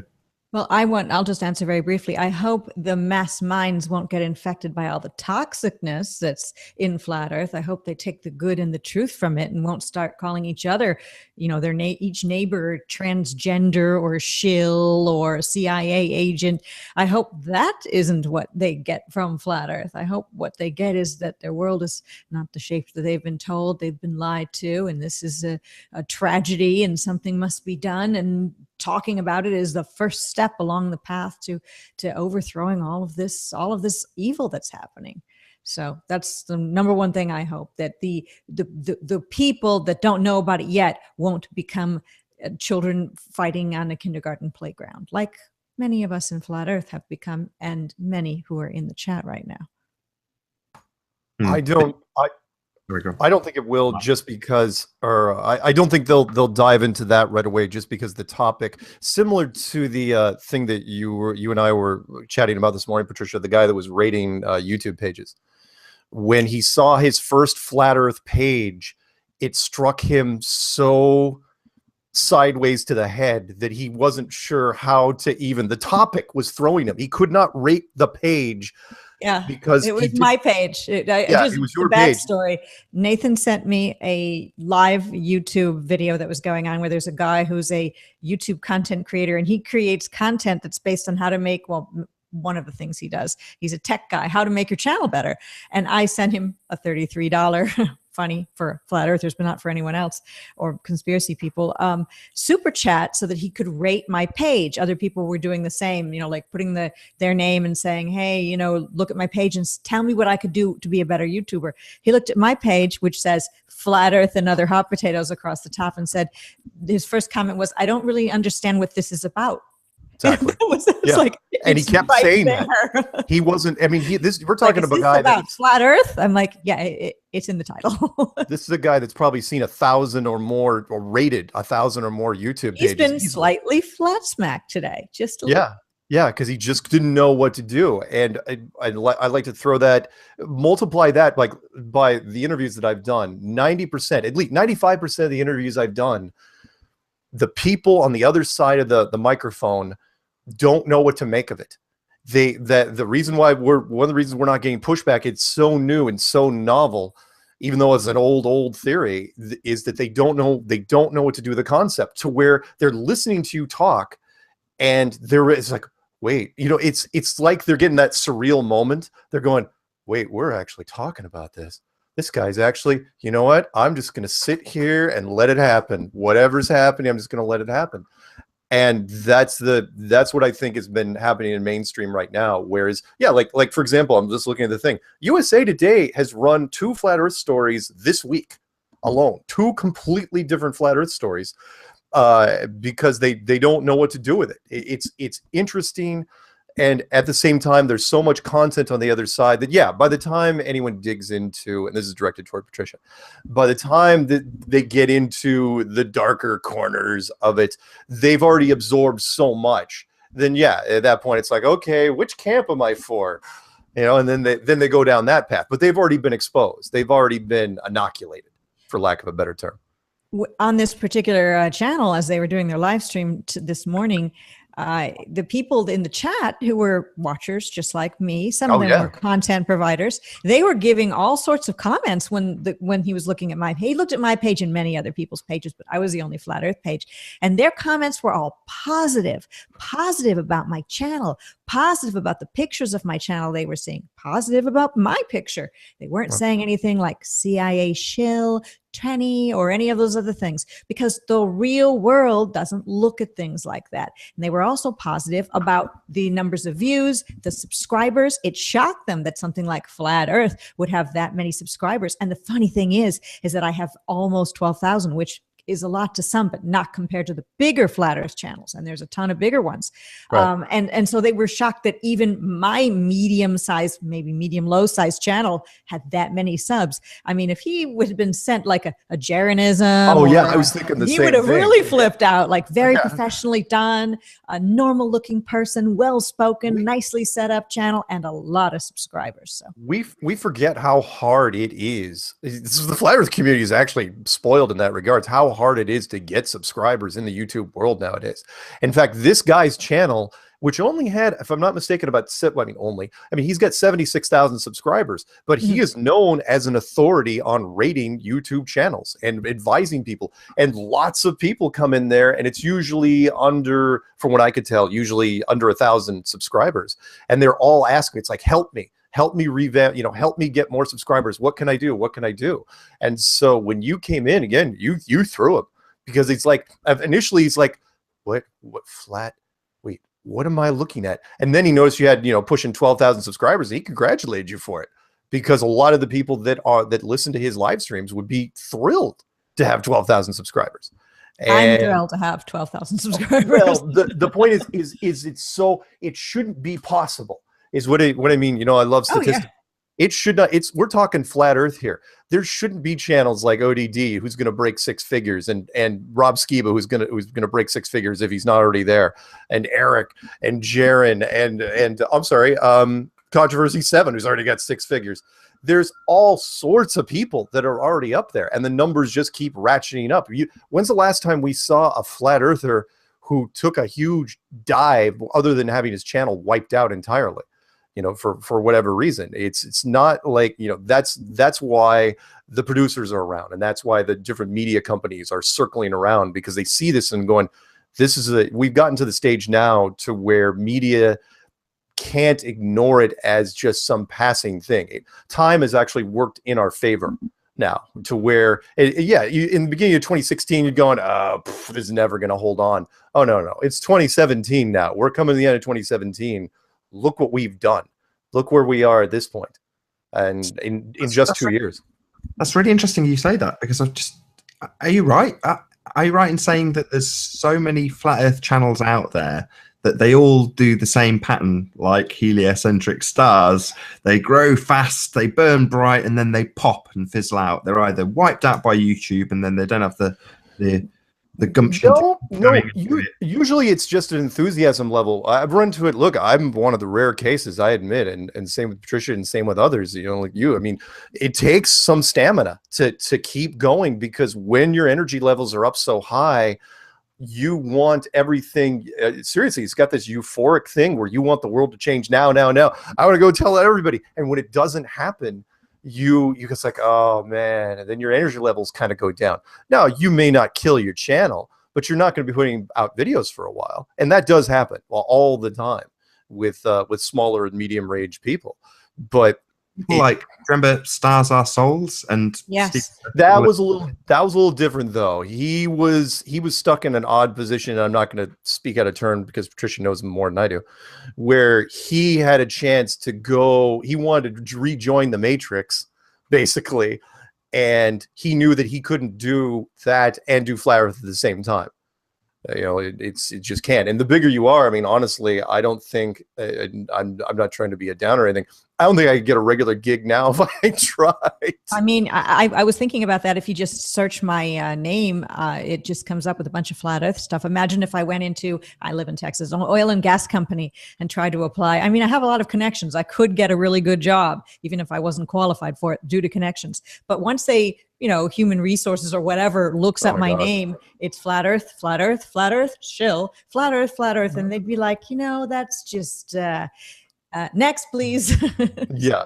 Social media has changed everything. The line from a movie, and I'm not going to quote it because you guys are sick of me quoting movies, was that everything sticks now. Everything's out there, and it is out there. We have Robbie D dancing at a wedding many years ago. That's out there. Oh my God, that's so awesome too. It was awesome. But it also helps us, because all the articles, all the interviews, all the things we put out there, the metrics just keep piling on to where and all the good stuff. I will say this: the cream does seem to rise to the crop. Heck, I can't even find flat Earth clues half the time when I'm doing searches in the first couple of pages. I know they're out there, and I know people watch them. But they're usually under a different name. But all the other main stories are still there, and they keep, again, I'm just looking, B.O.B., Jaylen Brown, all the other NFL people, and all the other sports celebrities, and then of course all the weird, odd conspiracy stories. But to steal something from Robbie real quick, because I'm going to totally steal this line from you. is that, yeah, you're absolutely right. The people that come to the conference, there's 3 different angles. One's the conspiracy, one is the scientific angle, and one's the religious. What I love about that trilogy there, right there, that you mentioned, is that it's almost impossible to defend against. Meaning, if you even want to attack it from a media side, you may be able to pick one of those 3, maybe 2 out of the 3. You're never going after all 3, and that is a wonderful thing to have on our side, because how can you go against it? I don't think it can be done. Sorry, that's my rant. Wow. Just listen quick. Interesting, right? Sub gave me a message this morning. He was in a supermarket, Asda's, which is a big supermarket chain in the UK, and they were talking about flat Earth on their radio station favourably. Out of all the Asda's in the UK, I that's what I said. What? He come back. He said, He's not lying. So I thought, what? So they got a radio station, and the DJ that's going across the nation, he's a flat earther, and he's talking about flat Earth favourably, and it's going out over all the Asda's in the UK today, this morning. I'm not joking. Exciting. And we keep forgetting about the international side of it, which is, I mean, you guys probably already seen that Dutch television station. I was sitting there with my mouth open, waiting for the other shoe to drop, waiting for him to come after him, and they didn't do it. And it's going, that's the best thing ever. You know, even though it was translated, it's still fantastic. We keep forgetting, and I know I did a video on this, oh boy, at least it's 6 months ago, where if you type in flat Earth and convert it to another language and put it into Google, you will find a whole nother level of videos and stories that are out there that we just never see because we only search in English. As for the B.O.B. story, where he wants to do a GoFundMe, is he? I've seen the story. I didn't read it very thoroughly. It was in passing that I saw it. Is he getting a lot of pushback with people saying, "Hey, B.O.B., you're rich. Why don't you pay for it yourself?" Yes, Martin's one of them. I posted about it. Yeah, he's getting some, but he's raised a lot of money already. Apparently, he's had a Kickstarter. $125. That was yesterday, so it's on. Wow. It's on. Yeah, I know. So. I'm looking at the story right now, and yeah, he wants it to. He's originally set the goal at $500,000. Is it Kickstart or GoFundMe? It is GoFundMe. Yeah, Martin had a full article on the panel, and I've got to admit, Martin seemed pretty negative, and he said almost verbatim what you said, Patricia, which is, "Oi, you're rich." Yeah, he could do any of this himself. He could knock up a billboard like that. What's he not earning money? He's a rap star. So why does he need to go for me is my question. It really is. Maybe to involve people. Don't ever like that at all. I agree, Patricia. That's the reason why is to involve the people. Yeah, and that way their awareness comes in. Then they learn about it. He knows Jerry, Patricia. He knows, the flat earthers, or he's spoken to the flat earthers. Yes, if they're watching flat earthers, what flat earthers are they watching? The flat earthers a year. Yeah, I never personally, or anyone I know, really communicate. Sharon and Eric Dubé, from what I've heard. Yeah, right. He's watching. He's definitely watching and he's communicating. He has a couple of times. So expect more from B.O.B. I think he's just trying to prep himself, and he doesn't want to come off stupid, and he wants to make sure that, he's got all bases covered. So he's gone to Jaron a couple of times asking him advice on certain things. So yeah, B.O.B. is a force to be reckoned with. Watch what's going to happen, I think, in the next 5 years with him, because he's not going to go quietly, and he's not going to allow anyone to tell him what to do. So he's definitely on our side for sure. I think taking that attitude, Martin, is totally unfair. I mean, if you imagine the flip side of that would be me sitting here now and saying, if only we had someone like B.O.B. to promote a fundraiser to do something amazing for Flat Earth, imagine how much money it would pull in. So if you say, well, now you've actually done that, famous rapper, how dare you? You should just put my natural suspicion towards rap culture, because to me, it's really sort of satanic by nature, and he's a rap star. So to me, like, I would just, if I was a flat earther, I'd dump that crap straight away. But that's his business. So he's using it. So he's using a lot of stuff. So I'm not really sure, Nathan. I'm just going on my instinct with this dude. He looks like a skanker to me. But what do I know? He's a rapper, which is true, but why is he any different to? How is that any different to somebody pigeonholing Patricia as a CIA shill or something bonkers? ODB is a rapper. Just a guy doing a fundraiser for Flat Earth. What's that? How is he any different to us? Is what I'm saying, Martin. just because he's got money and he's earned it. No, I just found out today that Jen had spoken to him because that's what I'm trying to say. You know, whenever I Google flat Earth, the society comes up, and every time I've been spoken to by them, they mention the society, and the society's rubbish. So it's that sort of thing, you know. I'm thinking, you know, Google it and see what comes up. You've got to dig deep just to find this lot. So what is he watching? So why are all of these stars never talking? Because the flat earthers are right here. So why are we not communicating? But I found out today that they are. So okay. Maybe IPS will comment on this, because I just see this as sort of globehead mentality. You know, they kind of tell us that we should shame people who earn money, and that's kind of what you're doing to BOB. You're kind of saying, well, you've got money, therefore you should be spending it on this cause that you're trying to. Well, I wouldn't have it anyway, because I would cough it up to my brother man, but it's his business. But I'm just saying, from my perspective, my flat earth reality, the way I perceive flat earthness, and he just doesn't seem to be it. All right, he's raising money, he's got to GoFundMe. He's a fucking rap star. He's got probably $1 million in the bank. So what's going on? All right, he's getting attention. He's going to pull people in. But I don't know, Nathan. I really don't. Well, last time I seen him interview when he was backtracking. I've got to do this to you, Martin. I'm really sorry. So, say for the sake of argument that flat Earth gets absolutely massive and you become an international celebrity, and suddenly you've got £1 million in the bank, and you suddenly see a really good cause in the dog's home. No, man, that's not going to happen. Hold on, Martin. Let me just give you my example. You go on TV and say, I'm trying to raise money for the dog's home. And some jumped up little tosser comes along and says, you've got £1 million in the bank. Give it all to the dog's home. And you think, well, actually, I use that $1 million to buy things with, and I'm just trying to help you out, guys. Dog's home. Well, I'm not saying we are as flat earthers comparable to I will probably be proved to be wrong, but in the fullness of time, we will see, won't we? Well, you know, with regards to GoFundMe accounts in general, like, for example, when it came to which was it, the billboard, there was somebody who emailed me right away and said, I can pay for it. And I said, well, no, I would rather have 1,000 donors, each putting in $5 or $10, because that gives you 1,000 social media accounts that are sharing it and spreading that information, rather than just having one person pay for it. So it's all about community engagement, many people sharing it, and then the day that it's fulfilled, every person who gets who donated gets an email saying, hey, share your success. And so that's how you make it go viral. If it goes viral, you could potentially bring in an exponential amount of money, far beyond what one donor could do. So for me, it's all about that. And as far as BOB's plan to send a satellite into space, like, obviously it would be cheaper just to rent one or pay one of them to take the picture. But what I think he's going to do is he's going to raise the question, how come we don't already have pictures? Yep. Drawing attention to that. It's free press. BOB's no dummy in this regards. He did the exact same thing when Shaq came out. He followed that. All of a sudden, BOB was like, did his first interview on camera with that radio station. I think it was an LA radio station, and they grilled him about flat Earth, and he didn't do so well in the interview. And then what just happened before he came out? Sammy Watkins, the NFL star, and one of the Boston Celtics came out and said, "Oh yeah, it's flat Earth's really interesting." I mean, seriously, as soon as Sammy Watkins, Rosner, yeah, that's right. Yeah, as soon as he came out, it's like, oh, hey, BOB's back, because it's easy. It's free. It doesn't cost him a dime. He has his agent call somebody at the news thing saying, yeah, BOB's going to do a GoFundMe. You know, paying for it himself, that doesn't give him any press. That's nothing.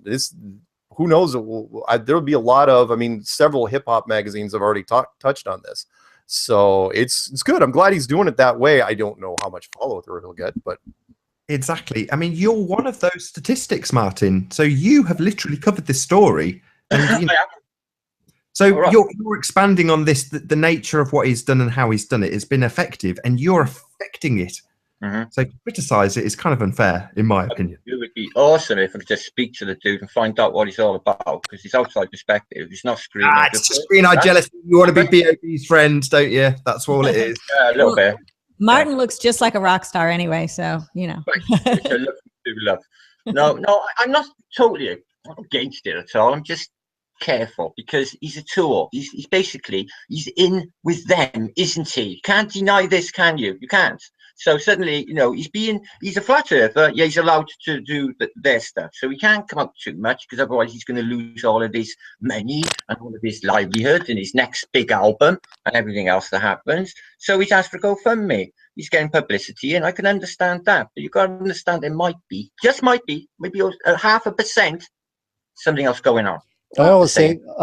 say that when it comes to the truth, I mean, the truth is the truth no matter who speaks it. And again, how are we going to stop someone like, you know, for example, if there was not B.O.B., but let's say there was another rapper that came out and his whole plan was try to discredit the movement. What I'm saying is we can't prevent this. Like I hear this all the time. People are like, oh, we can't allow this person to do this, or we can't get behind this. And I'm just like, you know what? The truth is the truth. I don't think we have to be paranoid as far as who gets involved with this.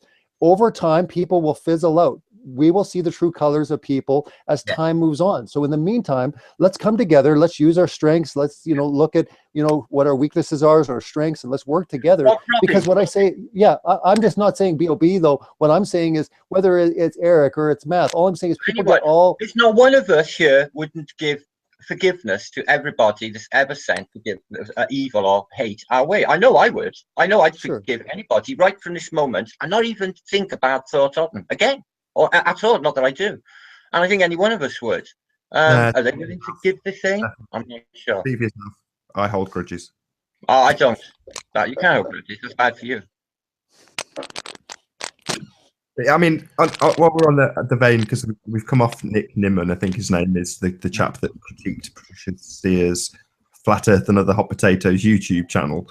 But some of the things that he was talking about are definitely relatable to Flat Earth because it's so YouTube heavy, it's so YouTube related. And Martin and I were discussing this the other night in terms of how to not burn out. And it was actually Lawrence, what's his name? What's his surname?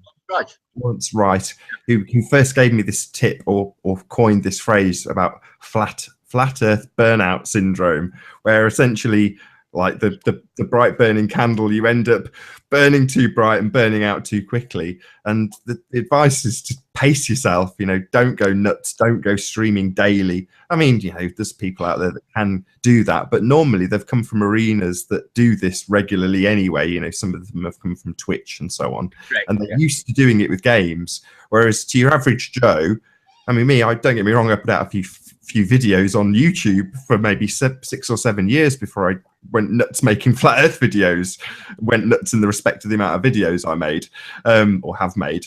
But that is, as Mark pointed out, quite unique. Most people just don't have the stamina to do that, but will try. You know, so the best tip to most people out there, if you're thinking of sort of spreading your information about Flat Earth, is definitely pace yourselves and don't get too involved in the chat rooms. You know, the chat rooms are poison, unfortunately. Mark, you can talk about, because you've had a show about this with Patricia very specifically, like mean tweets, about the comment sections. And I split these up into two. You've got the chat rooms, which are like the AOL chat rooms of old, and I'm sure they probably still exist. And you've also got the comment sections, which are basically a forum. But you rarely even, I don't think you comment in your own at all, do you? I don't. I did not. And I did that deliberately because I'm older and I'd been on YouTube long enough. I've been on the internet long enough that I knew what was out there in the forums. And you probably heard me say it. The saying, which I loved, was, you know, we've all heard, if you can't say something nice, don't say it at all. No. That's not how it should go. If you can't say something nice, you're probably in the YouTube forums, because it is just a viper den to where I literally did not turn on any of my comments, did not turn them on for 6 months on any video. And then Jonathan from Jersey finally was bugging me. He's going, look, people like to fight. People like to square off at each other. It's like, man, I don't want to do it. But, you know, YouTube has that power. So I turned them all on simultaneously. And, you know, the fun and games began. And yeah, I've you know me, I mean, other people, but the advice I try to give to anyone that's trying to do a brand new YouTube channel is, if you want to have any of your ego retained at all, don't read the comments, because you got to have thick skin. It's brutal out there. It's ugly. I mean, and you're sheltered, Mark, from even Facebook. I always say to people, I'm like, wow, Mark's lucky, man, because he doesn't even get to see Facebook or Twitter. There's other mediums that are even worse, in my opinion, because I mean, YouTube is like one-offs and it's just brutal. But Facebook, you get really personal and you get into long, engaging discussions. So what I'm saying is, you not even being on Facebook, you avoid seeing a lot of stuff that a lot of us see, and that, you know, wanes on us. So I agree, though, you have to allow comments not to bother you. Don't look at them or let them bounce off you or whatever you do, because if you actually take them to heart, it's going to probably take you down. Yeah, sticks and stones may break your bones, but words do permanent damage. And that's always seems to be the case. But at the same time, you have to turn on comments, because otherwise people don't take you seriously. They, for whatever reason, they love squaring off. And I don't moderate the comments. I hardly read the comments. Patricia and I decided to cave in fairly recently and read some of them, because the mean tweets, I think it was Jimmy Kimmel that came up with the mean tweets, or It's was fun. it can be fun. Of course, we pick and choose the ones that we're gonna allow we in didn't there. leave out any bad ones. We left out ones that didn't make any sense. You know, the ones that are just like, you're dumb. I mean, that's not even worth reading, you know, so. Yeah, I mean, but there's some personal angles that are not politically correct, which we don't. Oh, yeah. You know, stuff like that, or they can get awful. But at the same time, there was a producer. You guys probably, some of you know this already. When I did the Shady 45 interview, and I was just getting crushed inside that thing. They were just coming at me right and left. They only allowed the calls for about 30 minutes. What was amazing to me was the producer's reaction at the end. He was so happy. He goes, I'm so glad you didn't hang up and you just stood there and you took the comments. And he goes, and every producer knows this, which is, love it or hate it, if you're talking about it and you're talking about it with passion, that's got value.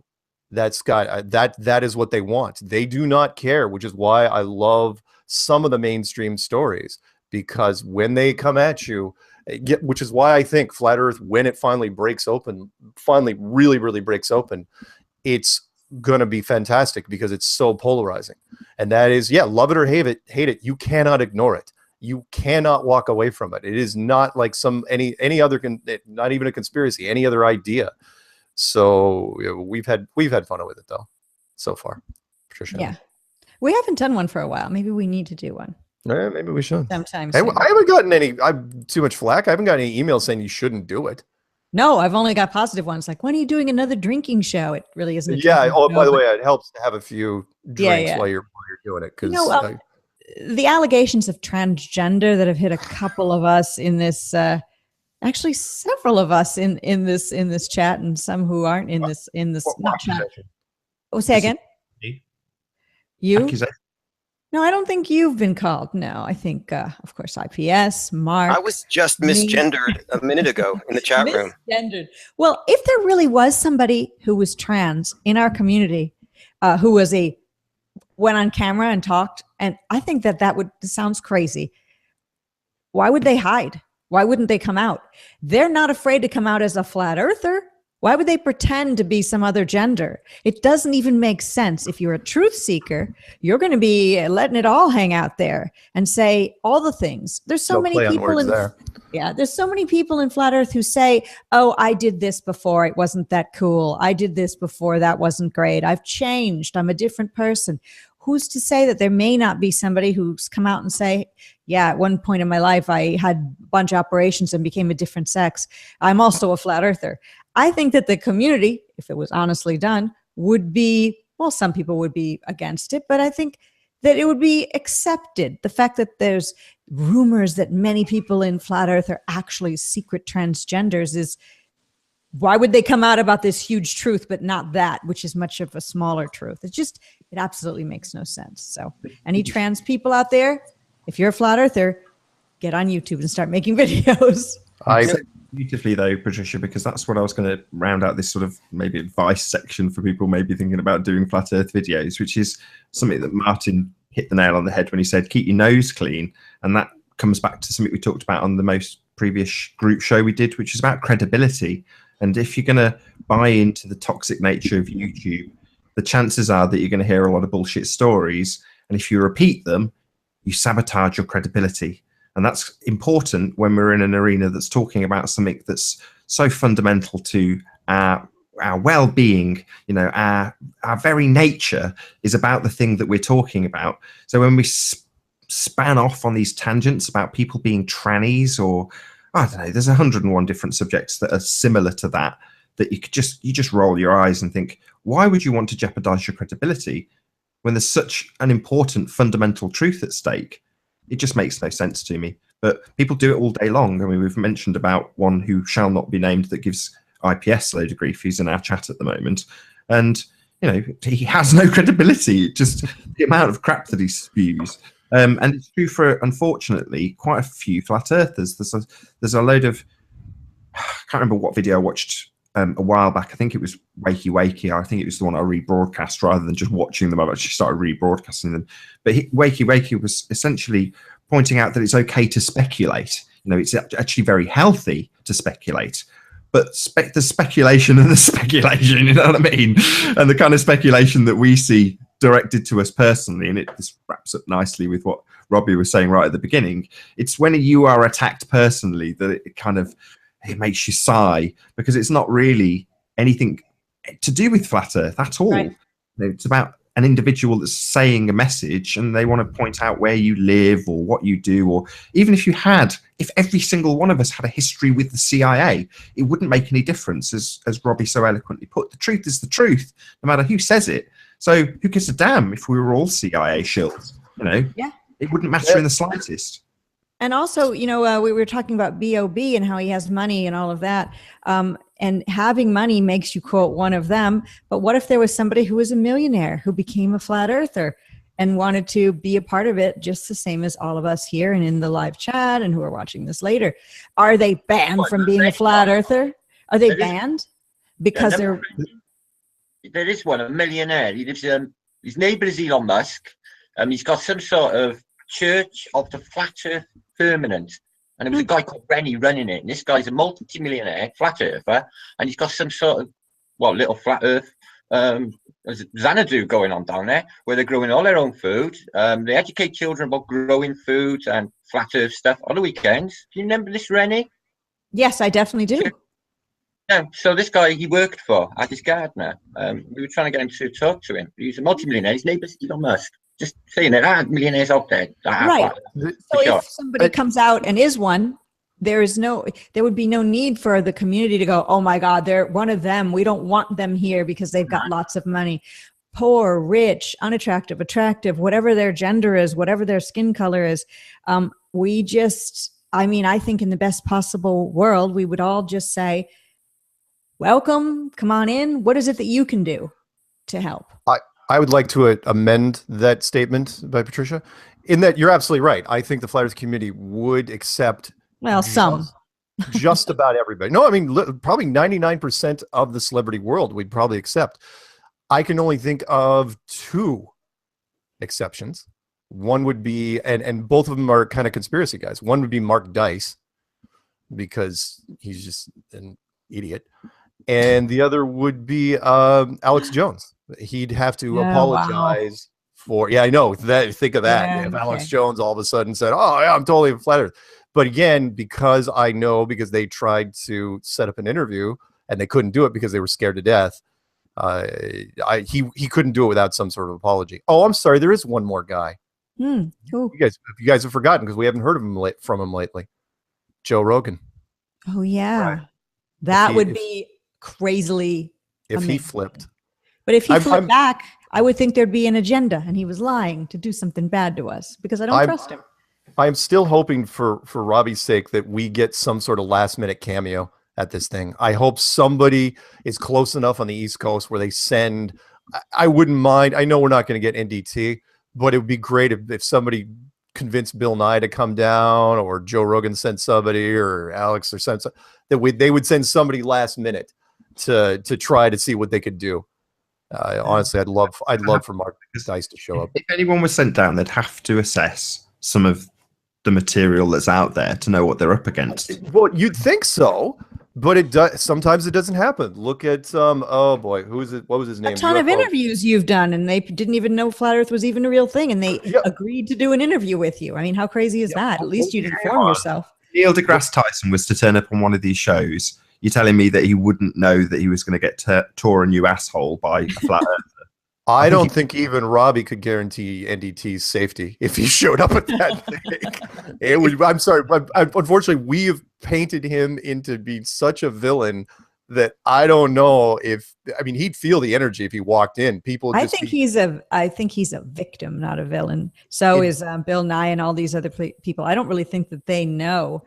I think they just are following the party line and have high paying jobs and don't care to look at anything.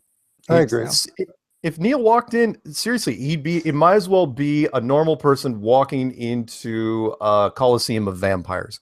It'd be people just, all you'd see is eyes and teeth. Yeah, just staring at him, clocking his every movement. Camera phones would be out everywhere, and someone would want to. It's an interesting question though, because if you think about it, you've got a certain handful of people that we're saying would come into a snake pit because they're unaware, and if that's the case, then there's nothing to stop it being the case for absolutely everybody. In other words, when Martin earlier described B.O.B. he's with them, or I've forgotten how he phrased it, but some words to the effect that he's with the powers that should not be in some way, shape or form. And I would argue the complete contrast, which is that there is no powers that should not be. There's just lots and lots of systems that are in place that may be being held up by certain people, but there is no really just people that go through the systems and negotiate their way through things that are already well and truly established, like the education system. So that being the case, it is all about communicating with the individual, like Neil deGrasse Tyson. In other words, there's a good chance, although if he was at the conference, he might get pelted by eggs and rotten tomatoes. But, if he was managed to survive that and actually, put across some of his points and some of his arguments, which would be swiftly debunked probably by the audience, let alone people on stage. Well, that's the reason that Neil deGrasse Tyson would never ever come to a conference, is because it's not like he has overlords, but he has agents and PR. And again, he would have to come in a controlled environment. He'd have to have the questions they don't do stuff. I mean, unless you catch him on the street, but again, him actually coming out of his way to come to a conference, to be bombarded by that many people, in the event that he could look stupid, right? Again, they would never chance it, right? So I just don't think that this type of scenario will ever happen. I'm more excited for like somebody like us. I've forgotten who the guy was. Some guy that called himself redneck, this, that, and the other, or something. And he accosted Neil deGrasse Tyson and said he was I think he said he was an amateur rocket scientist. Oh, yep. yeah, that one there. But again, exactly. But remember in that video, I think if you look on the side, you can see a guy with Neil that's sitting over to the side, like it's his security, it's his agent, or whatever. And he just agrees to it before he goes into a function. So, I mean, a one-off like that, sure, Mark or me or somebody could run into Neil deGrasse Tyson, ask him real quick, hey, do you got a couple seconds? Okay, fine. It's up to him to decide. But for him to actually go out of his way, or Bill Nye, that will never, ever happen. Because again, if people caught it on their cell phones, social media, he was stumped on the curvature rates, or he just looked like a fool, right? So I just don't, and I agree with Patricia that I don't think, as much as we demonize him, I don't believe that, he wakes up every morning and go, hey kids, I'm going out to deceive the world today. I believe that he's just deceived himself. And I mean, for people to believe that all these people are in on this thing and they're purposely keeping it, he just looks at it as ridiculous. He's been indoctrinated his whole life. All his education is behind it. All his peers, he's in circles that they just probably laugh at it. Hey, did you hear about this conference, Neil? Oh yeah, what crazy stuff, So I think that they just laugh at it. I don't think that they're in on it, but it is funny to entertain the thought of it. And Mark is right that not so much his safety, but it would be vicious. I mean, unfortunately, he wouldn't even be well received in a polite way. He wouldn't even be cordially, saying, hey, we're thankful that you would take the time. He'd probably just be mauled and attacked. Like, it wouldn't be a good situation. So unfortunately, we've got to a point where we can bring up these figures, but we've got to be, I guess, sometimes a little bit more gentle in our response. Because again, I'm sure he's going to watch things like this. He's going to see clips. He's going to see things. And hey, we can always throw it out there. Hey, we'd love you to come out for a formal, cordial, respectful debate. Are you up for it? He'll keep telling people, no, I would never do that. Here's the reasons why. But as long as we sit there and say, what's he hiding? We just want to have a debate. I think where we can get a Neil deGrasse Tyson or a Bill Nye is to continue saying, look, we just want to set up a formal, cordial, respectful debate. What's up? Come on, once and for all, why don't you take this whole issue down? And the fact is they never will. And that will get a lot of people thinking, going, well, why doesn't they just take them down? Why don't they take these stupid flat earthers down? So that's where we can get them. You got a good point. If to follow your lead there, if I'll do this officially, even though I have made videos against Bill Nye, I'm not hoping for NDT because just got a feeling he wouldn't be that dumb, or his handlers would not let him be that dumb. But if Bill Nye wanted to come and wanted to talk about it, I would actually give up most of my floor time just to have him sit across a chair from me and, see what he could do. Just to see, just to have a pleasant chat about whatever it is. He'll give you the I think at boats the go over the conference, those horizon. guys would get left out of the room. He'd be like, Mark, the boats go over the horizon. They go over the horizon, Mark. That's what he'd keep telling you. Yeah. Sorry to interrupt. Steven? Okay. Steven? Any of those guys would get laughed out of the room in a debate against anyone here. Yeah, they would. It's funny because I actually had a chance to witness Dr. Stephen Pidgeon against Zen Garcia down in Atlanta. And as much as the crowd was civil, they lined up for the questions after the whole thing was over, and at least 70% of the questions were to Dr. Stephen Pidgeon, because they were trying to, it's like, look, kind of like I have a question, but why aren't you on board with us? Hey, I got a question, but why aren't you on board? And the truth was, and everyone was cordial, but the truth was, if he had been a public figure against Flat Earth, really, more high profile before that debate happened, they wouldn't have been as nice. And and the debate had already gone through, and he was as articulate as you could be in the debate against Zen. It was very cordial, but yeah, it could have turned ugly with just a little more coaxing. So yeah, you're right, Stephen. That some of those guys would, in fact, Brian Cox would be a perfect example. They don't take us seriously. They don't really think we exist. They think we're, I don't know, it's like people who are aficionados of going to Shakespearean plays, not even thinking about the kindergarten that's putting on a Christmas play. That's the way they look at us, although we're not like that. I think you're right on a surface level, Patricia. People like Brian Cox would consider us in that way. But as Robbie points out, the systems prevent the two worlds ever colliding. Right. That would be the ultimate prevention. The media at the conference, sorry to interrupt, but the media at the conference, what's going to happen is there's going to be a bunch of releases, and I'm sure they're going to approach Bill Nye and Neil deGrasse and saying, hey, what do you got to say? There's this huge conference going on. This is what's going to happen. And I think whoever's interviewed or whoever gets that coverage, this is your opportunity to sit there and say, what do you have to say to Bill Nye? He said you guys are crazy and blah, blah, blah. Sit there and say, we'd love to have Bill Nye sit down and have a respectful debate. Is he open to that? I think that's one way that calmly we can approach the media, because they're going to hit us with the fact that, hey, we just read that Neil deGrasse Tyson said this about you guys, or Bill Nye said this. As time goes on and as this thing gains, they're going to keep coming back to us, because, again, Neil deGrasse Tyson's not going to call up Mark Sargent. But what's going to happen is the press is going to come and say, hey, Mark, I heard that article that Neil deGrasse said about that Mark Sargent guy. So what do you have to say about that? Sit there and say, we would love to set up a debate. Honestly, if we say that calmly, say we can set up wherever, we will come to you, we will set it up under your whatever. But the fact is, when the press keep hearing that over and over again, they're going to publish that. They're going to say all they want is a debate.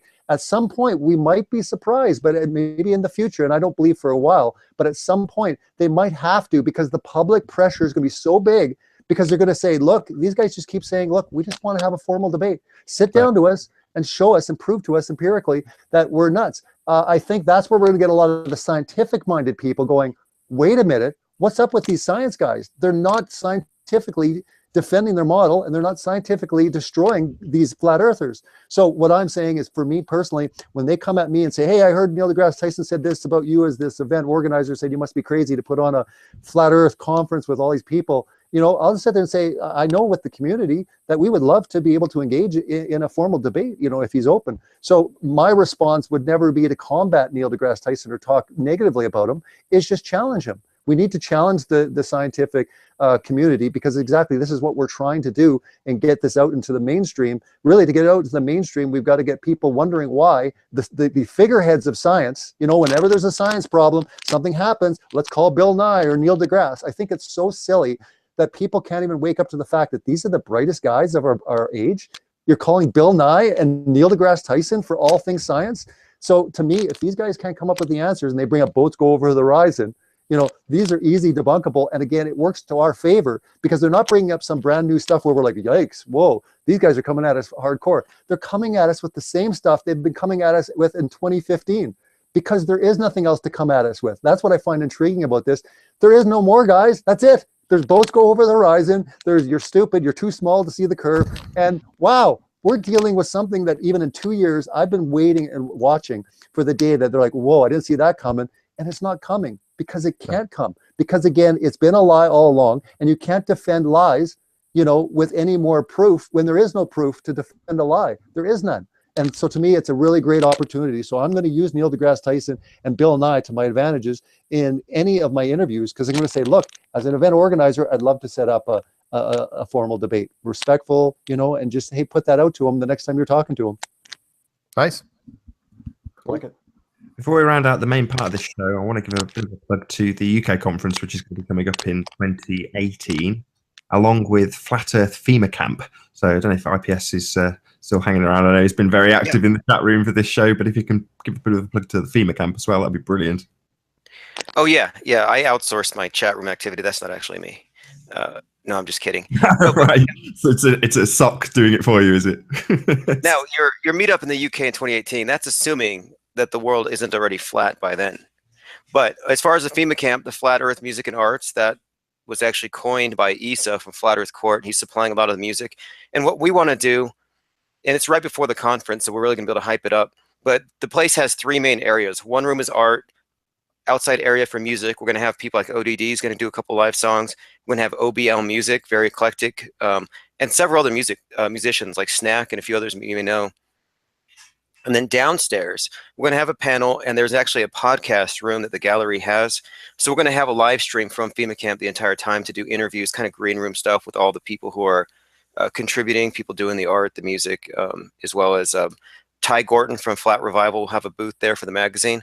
So it's kind of a covering all of the different ways that people have engaged the topic in one place, FEMA Camp, and then co-opting the term FEMA Camp and FEMACamp.com, because the FEMA Camp thing has always been this boogeyman, a little bit of the fear porn line of Alex Jones for years. So we're taking the wind out of it and co-opting it, making it into something that does not have fear attached to it. And that's the 4th and the 5th of November. Cool. Martin, you recently made a bit of a plug or an ad for the UK conference. Can you tell us a bit about that? Well, it's made by Holly Street Show.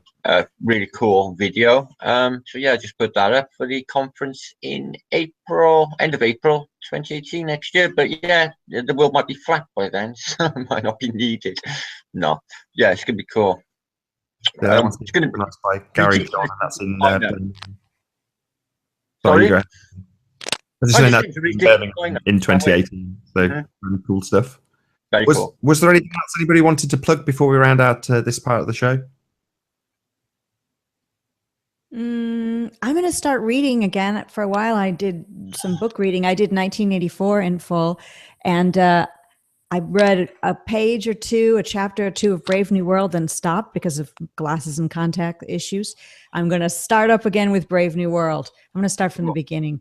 It's nothing special of an announcement, but I think I might start Tuesday. Just cool. Animal Farm's a good quick read. It's only 109 pages. Animal Farm was what I wanted to do next. I just took so much time away from doing it. So Brave New World, Animal Farm, starting Tuesday at 6 p.m. Eastern. But first Brave New World. That'll take a while. That will probably take about 7 hours to read. So you sir.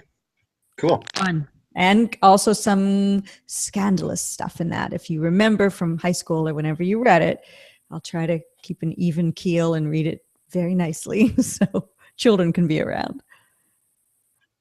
Superb. I just wanted to say, when it comes to the conference, it's November 9th and 10th. You can go to fe2017.com. We have the early bird live streaming tickets on right now for $17. That's for both days. And after October 15th, it goes to $27. So the early bird streaming tickets are on right now. It's going to be a fantastic production both days. And you can go to fe2017.com. Awesome. Excellent stuff. Well, I'm going to round out and thank each and every one of you for being on. So starting from my left, we've got Jimmy, otherwise known as Critical Thinking Always. Hopefully you can hear us to say a big thank you. Oh, thank you. Thank you for having us, Nathan. Appreciate it. It's really wonderful having you here. Thank you very much for talking about your media experiences. It's been wonderful. And IPS, thank you very much for being here. It's been a pleasure hearing about billboards and chat rooms and all the glorious things that you've been doing. So thank you very much. I had a great time with all of your trolls. Yeah, indeed. And Mark Sargent, thank you for being here. It's been wonderful. Do your own research. Ask questions. And Martin Leakey, bit less jovial and chatty than you've been normally. Martin, worn out, no doubt, from all the huge amounts of content you've been putting out. So thank you for being here. And I am burnt out. I got plenty of content, just no time. That's just swimming up with me. So yeah, I'm shattered with that. Exactly that. Thanks. You are awesome, Nathan. Thank you very much for putting this together. I don't know what Steer's doing. What are you doing? Oh, he's playing with a cat. I couldn't quite make out what you were doing there, Patricia. All right. Rory is here. Sorry. Jolly good. You were stroking your pussy. Jolly good. Yes, Thank you very much for being here. I knew you had to go there. Had to be done. Had to be done. Thank you very much for being here, though, Patricia. It's been a pleasure as always. Thank you. And Robbie Davidson of Celebrate Truth. Thank you very much. It's been a pleasure. Thank you very much for having me, Nathan. And last but not least, Stephen Chess. Great to have you as always. Yeah, man. Good talking. Peace. And to all of you, most importantly, who have joined us in the Google Plus live stream, thank you very much indeed for being here. Be sure to subscribe and hit the bell notification icon to get constant updates of the latest videos from Nathan Oakley 1980. In the meantime, I will see you all in the next video. Peace and love.